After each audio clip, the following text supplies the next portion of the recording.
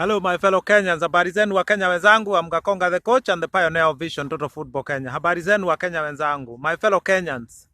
For those of you who have been listening to my videos for the last 1 year, please hold on a minute and reflect.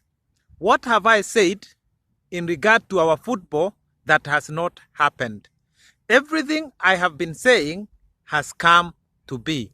I said FKF elections will not happen, and if the elections happen, will not count. I said Kenya Premier League will go bankrupt. I said Kenya Premier League will become extinct in few years' time. My fellow Kenyans, you already know what's happening in Kenya Premier League. I said FKF, is not able to govern Kenyan football. My fellow Kenyans, we are heading there.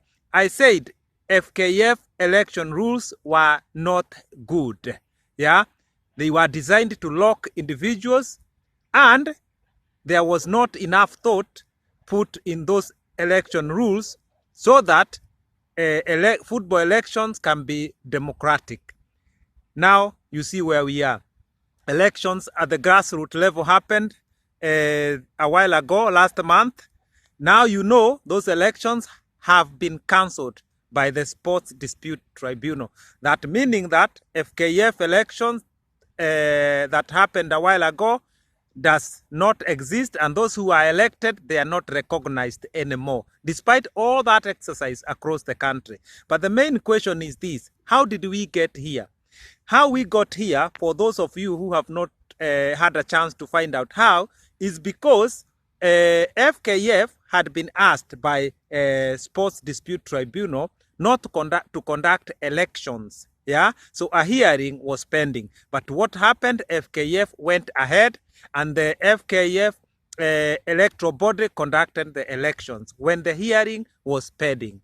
This is what have got FKF to where it is today. But the point is this: those who are in charge of FKF electoral body, those who are in charge of FKF office, tell Kenyans, how did you go ahead and conduct an election when there was a hearing that was pending? The point is, we have people who think they are bigger than others. We have people who think they are important than others. We have people who think they can break any law and exist within us. We have people who disrespect the law or rules and then think that they can just do things the way they want. How do you want to be for anyone?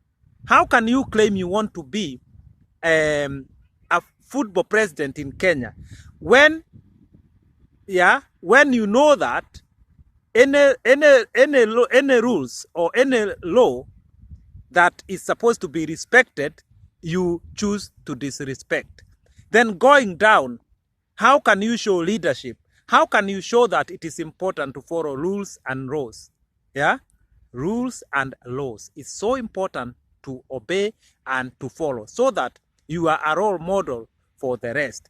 But like I keep saying, Kenyan football and Kenya Football Federation, FKF, it has a hallmark of a cartel federation. I'm sorry to say this. I understand football very well. I have studied Kenyan football very well, and I understand football in Europe very well. Kenya Football Federation, the FKF, it has a hallmark of a cartel federation. Whether it was by design or by mistake, that is not important to me. What I know is that FKF cannot govern Kenyan football. And I said it 1 time, 2 times, 3 times, 4 times. I have been saying this, that FKF cannot govern Kenyan football. I have also said FIFA has no solution for our Kenyan football. FIFA will not help Kenyan football. CAF will not help Kenyan football. As Kenyans, it is only us who have the solution for our Kenyan football. For how long we are going to carry on with football that is not beneficial to our country? Our country's economy need to benefit from football. Our youths need to benefit from football. Our women football need to be better. Football for people living with a disability need to be better. Football infrastructure need to be better. Football governance need to be better. Everything in football need to start afresh. So my fellow Kenyans, Embrace yourself for a serious football evolution. We are heading there. I'm just standing aside watching what's happening in our Kenyan football. But I want to tell you this. The Riot Act that I'm reading now, I wrote it and I talked about it in 2015. Today is 2019. Everything that I predicted has come to be. So my fellow Kenyans, as far as I'm concerned, Kenyan football must start afresh. Kenyan football revolution is due on course, and it is so close. There is no any other way out. The vision for Kenyan football is what is going to rescue Kenyan football. Yeah? Even another FKF election will not help Kenyan football. Even another football president will not help Kenyan football. Because those who want to be elected, what is their manifesto? What is their vision?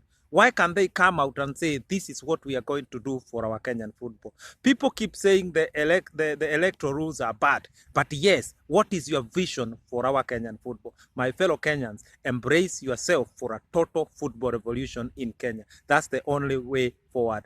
I'm Gakonga, the coach and the pioneer of Vision Total Football Kenya. I live in peace. I'm gone.